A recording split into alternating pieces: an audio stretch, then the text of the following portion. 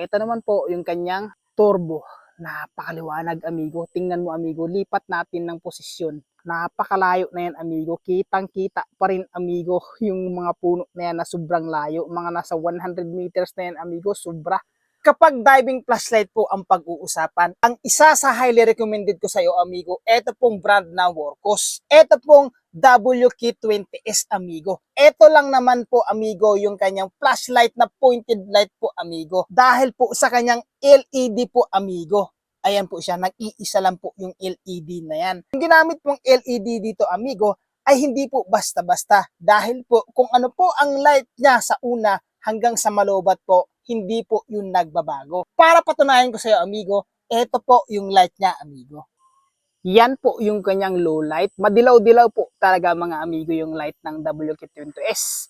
Kaya po maganda ito sa malalabo na spot. Ito naman po yung kanyang medium light. Tingnan yung medium light na amigo. Napakaliwanag niyan. Ito naman po yung kanyang highlight. Tingnan nyo amigo na napakaliwanag. Ito naman po yung kanyang turbo. Napakaliwanag amigo. Tingnan mo amigo. Lipat natin ng posisyon. Tingnan nyo, napakalayo na yan amigo, kitang-kita pa rin amigo yung mga puno na yan na sobrang layo, mga nasa 100 meters na yan amigo, sobra. Kapag bibili ka nito amigo ng WK20S from Workhos, ito po yung box niya. Sa loob po ng box amigo, meron pong mga kasama yan.